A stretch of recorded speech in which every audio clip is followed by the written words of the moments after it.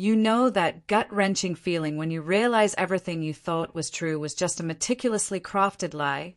Imagine discovering your own parents, the people who raised you, secretly branded you as unstable and then stole from your children's future, all while inviting other kids, and even their dog, to the kid-free party you weren't allowed to bring your own kids to. Seriously, what would you do if your family pulled a stunt like that? The rage that hit me that day was so fast, it felt like my vision literally blurred. I remember standing there, phone in hand, staring at the screen like it had personally slapped me across the face. All those years of being sidelined, minimized, told not to take things personally, it all erupted in that single, furious instant. Just 2 weeks before, my mom had called. "Rihanna," she said, all sweet and light, "your dad and I are doing something really simple and quiet for our 30th anniversary. Just a small, adult-only gathering.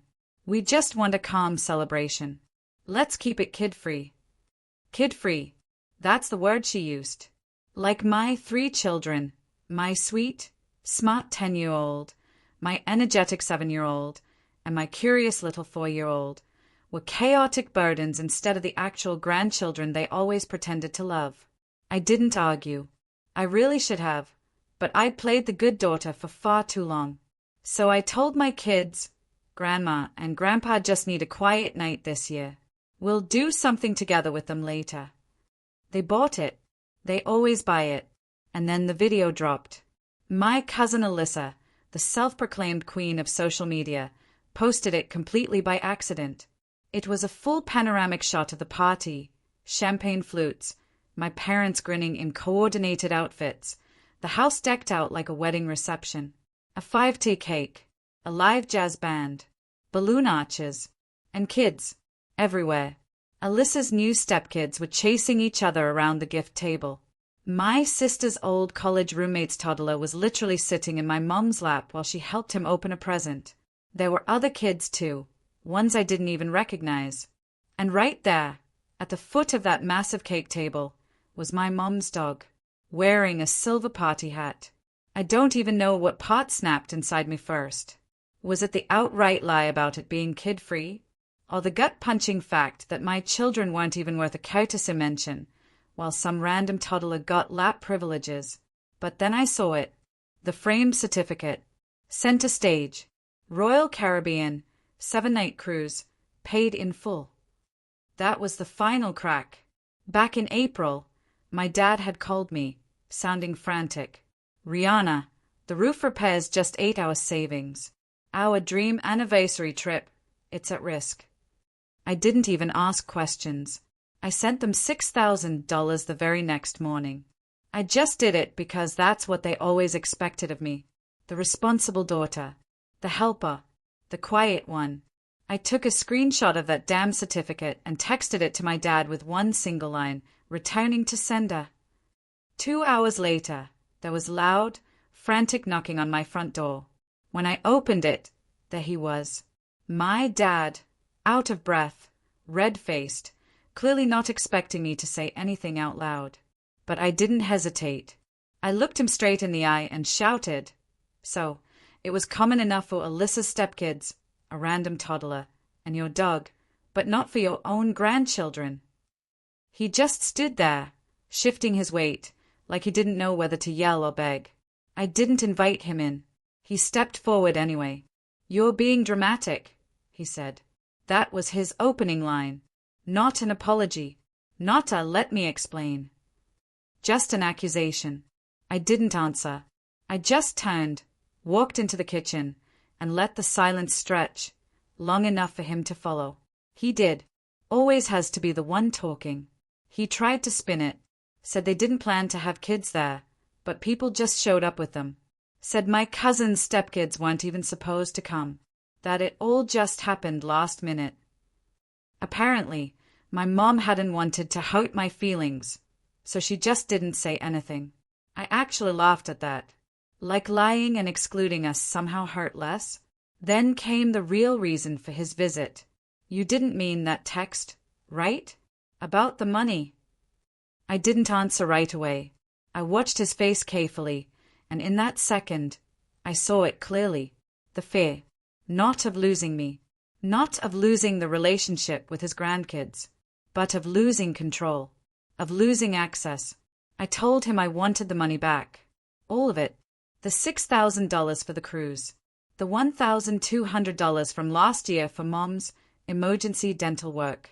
The $800 from when they couldn't cover the insurance deductible. I had receipts. He went quiet.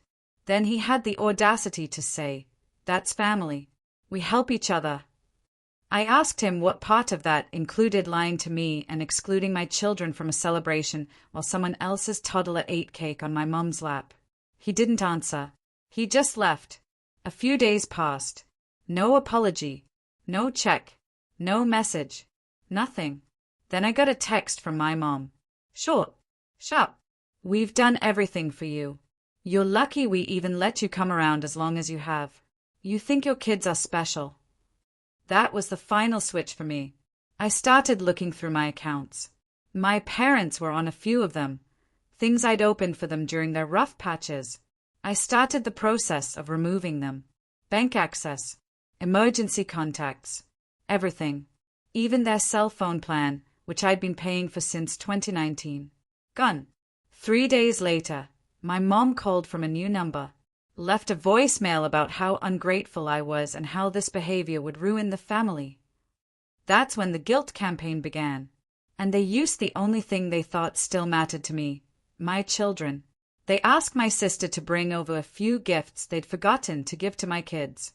She showed up unannounced with 2 bags. Cheap, rushed presents. But the point wasn't the stuff. It was the message. We still love the kids. Don't punish them for your drama. I didn't let Ho in, and I didn't take the gifts. That night, I sat down and wrote everything out. Every dollar I'd given them. Every sacrifice I'd made to help them. Every moment I'd chosen them over my own peace. I sent the list to my aunt and uncle, my dad's brother and his wife. They'd always been the quiet ones in the background, never really involved in the drama. I didn't expect a reply, but I got one the next day. "Let's talk. We've seen more than you think." When I saw that message from my Uncle Ray, I had to read it twice. "Let's talk. We've seen more than you think." Coming from him, that wasn't just casual. Uncle Ray had always been the polite, hands-off one. Never took sides. Never stirred the pot. But that text? That felt like the ground shifting under my feet. We met at a small diner 2 towns over. He brought my Aunt Karen, who usually stayed silent in family matters. That day, she didn't. They didn't waste time. Karen pulled out a small notebook. "We've been keeping track," she said, her voice low. "We just didn't know if you were ready." Turns out, they'd seen a lot over the years. My parents borrowing money from me behind closed doors, then telling everyone they were the ones helping me. They'd heard my mom bragging about the cruise at Bridge Club weeks before the party, saying, "Thank God Rihanna was good for it." But what hit hardest was hearing that my parents had always framed me as the unstable one in the family. Karen told me word for word what my mom had once said: "Rihanna's kids are sweet, but they are a lot. She struggles. It's best we give her space." Space, that's what it was called now. Then my uncle looked me dead in the eye and asked, "Do you want your money back?" I blinked. He meant it. I told him yes. Not just for the money. For the principle. For the disrespect. For being used and lied to for years and told it was love. He said he'd help, that they had a family attorney they trusted. He'd cover the retainer. Said it was time someone in the family stood up to my parents. When I got home that night, something in me had shifted. I felt it. This wasn't just a boundary. This was a line in the sand. And apparently, my parents felt it too. Because 2 days later, they showed up again. Together. No warning. They stood on my porch like they were about to deliver some royal decree. My mom had her arms crossed, and my dad had that blank, calm face he always used before saying something cruel in a soft voice. My mom started and immediately said she wanted to mend the rift and see the kids. Said she was willing to forget this entire meltdown if I just let things go. I didn't say a word. I walked inside, grabbed the envelope I'd prepared, copies of every transaction I'd made for them, and handed it to her. She opened it, glanced through it, and said, "Is this supposed to scare us?" I looked at her and said, "No. It's just a receipt for everything I'm done giving."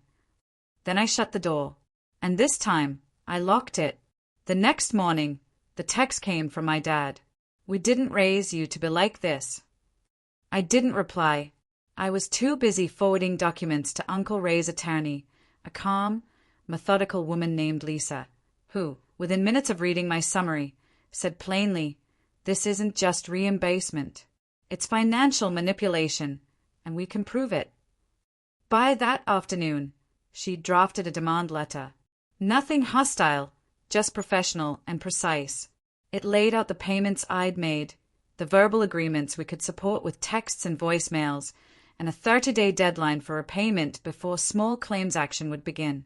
Lisa said the amount, $6,000 plus a bit more, was solid. If they didn't respond, we'd file. I felt calm, almost too calm. It scared me how quickly I'd gotten used to treating them like strangers. But I wasn't prepared for what happened next.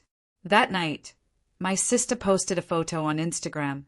Our parents in her backyard, smiling around a fire pit with her and her roommate, drinks in hand. In the caption, she wrote, "Grateful for real family who doesn't keep score." I stayed at it for a while, not because I was surprised she took their side, but because of what I saw in the background. A notebook. My notebook.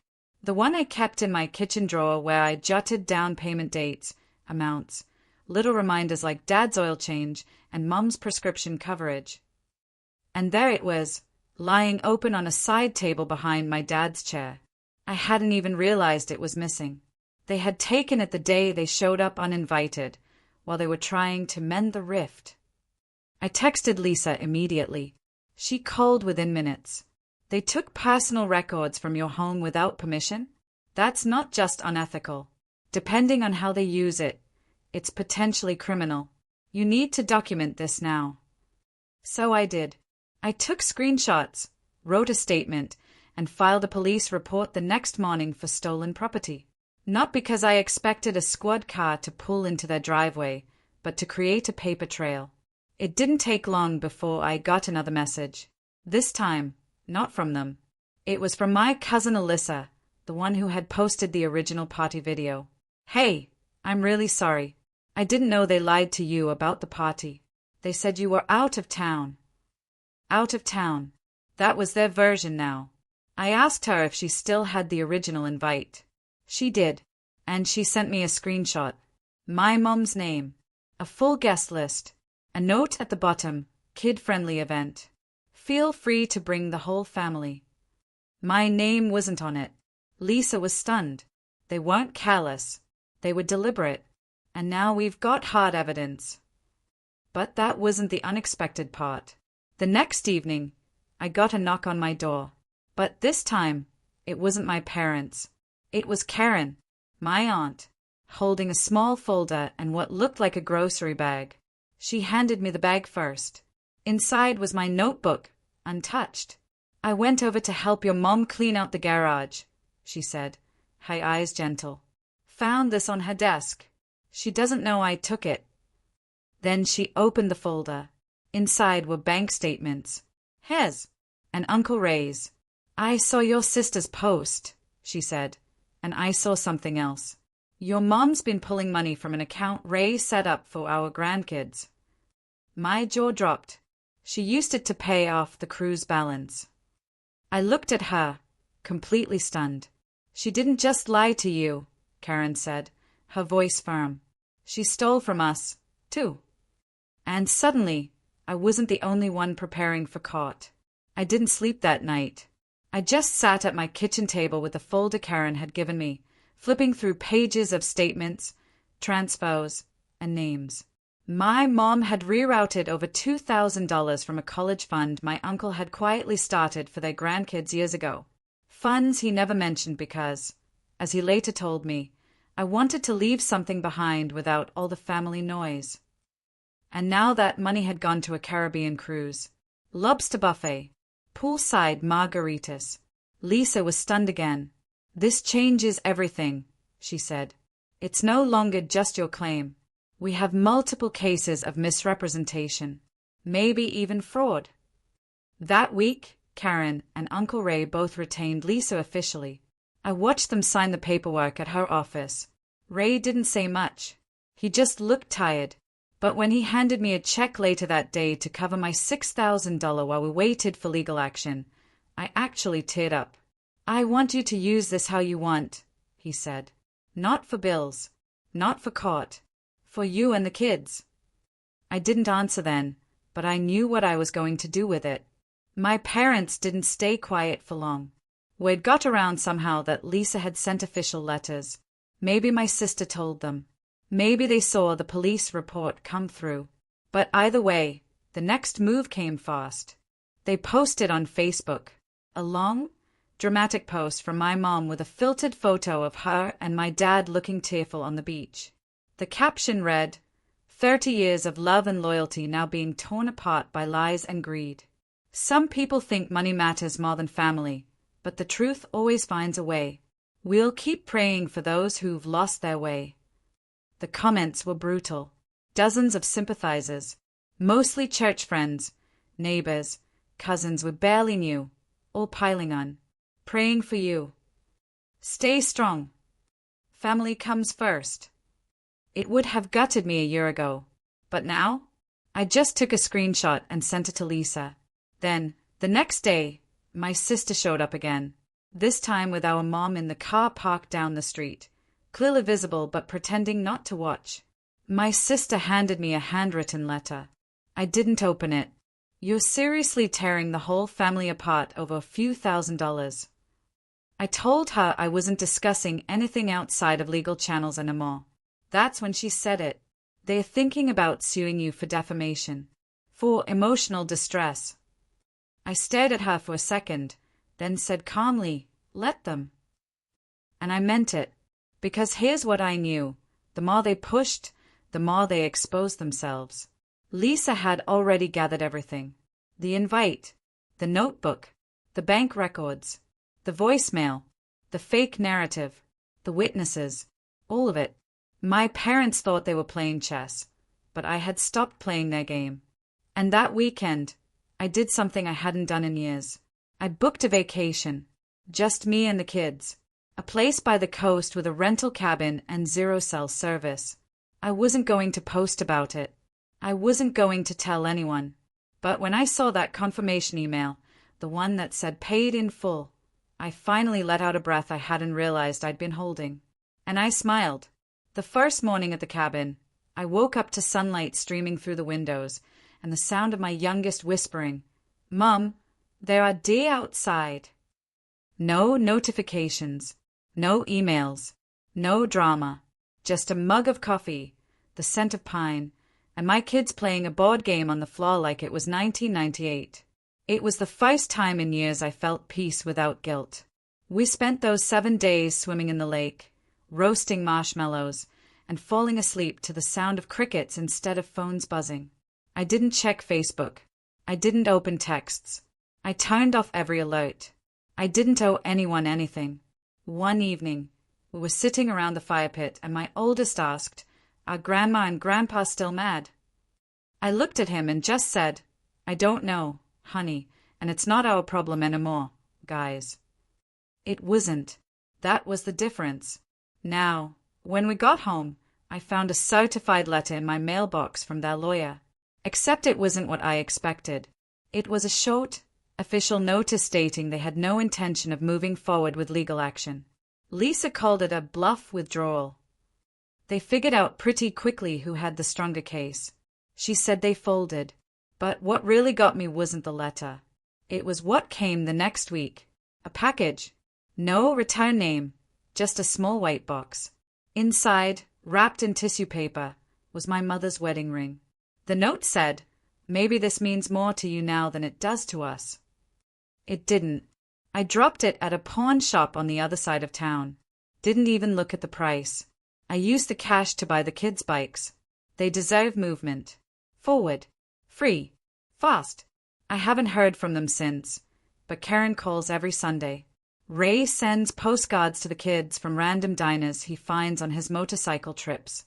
Last month, Lisa helped finalize a court agreement requiring my parents to repay the loan in monthly installments, tracked and enforceable. We didn't do it for the money. We did it for the record. And every time I see that line on my bank statement, deposit, $250, court settlement, I feel one thing. Freedom. Not revenge. Not bitterness. Just closure. Because the truth is, they didn't cut me out. I walked away, and I took the best parts of my life with me. For the first time in decades, I wasn't the designated fixer, the good daughter, the financial safety net.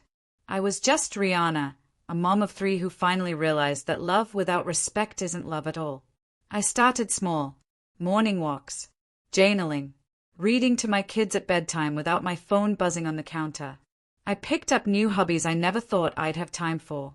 Painting with my youngest, teaching my middle child how to bake bread, helping my oldest with his science project without being distracted by the constant guilt calls. And with each day, I felt lighter, like I was stepping out of a fog I hadn't even realized I'd been living in. My kids noticed it too. They stopped asking when we'd see Grandma and Grandpa. They stopped waiting for promises that never came. Instead, they leaned into the life we had right in front of us. Playdates, camping trips, Saturday pancakes, real family, the kind that shows up, not because they have to, but because they want to. One evening, while tucking my youngest into bed, she looked at me with her big eyes and whispered, "Mom, are we enough?" I froze for a second. Then, I pulled her close and kissed her forehead. "You're more than enough, baby. You're everything." That was the moment I knew I had made the right choice. Not just for me, but for them. For their future, their peace, their sense of what family truly means. Because family isn't about blood. It's about who shows up when you need them most. And sometimes the hardest, bravest thing you can do is walk away from the people who share your DNA but not your respect. So now, when I think back to that night, the video, the cruise, the lies, the exclusion, I don't feel rage anymore. I feel clarity. It wasn't the first time they lied to me, but it was the last time I let it break me. And every time I see my kids riding their bikes, wind in their hair, laughter spilling into the air, I remember exactly where the money from that pawned wedding ring went. Into freedom, into joy, into us. I don't know if my parents will ever try to reach out again. Maybe they will. Maybe they'll never speak to me for the rest of my life. But either way, I'm at peace with it because I finally learned that my worth was never measured by how much I could give them. It was always measured by the love I poured into the people who mattered most, my children. And that's something no one can take away from me. So, yes, they lost a daughter, but I didn't lose a family. I found one, right here under my own roof, around my own table, in the quiet laughter of my kids as they drift to sleep. Have you ever faced a similar situation where you had to make a really tough choice about family? What did you do? I'd love to hear your stories in the comments below.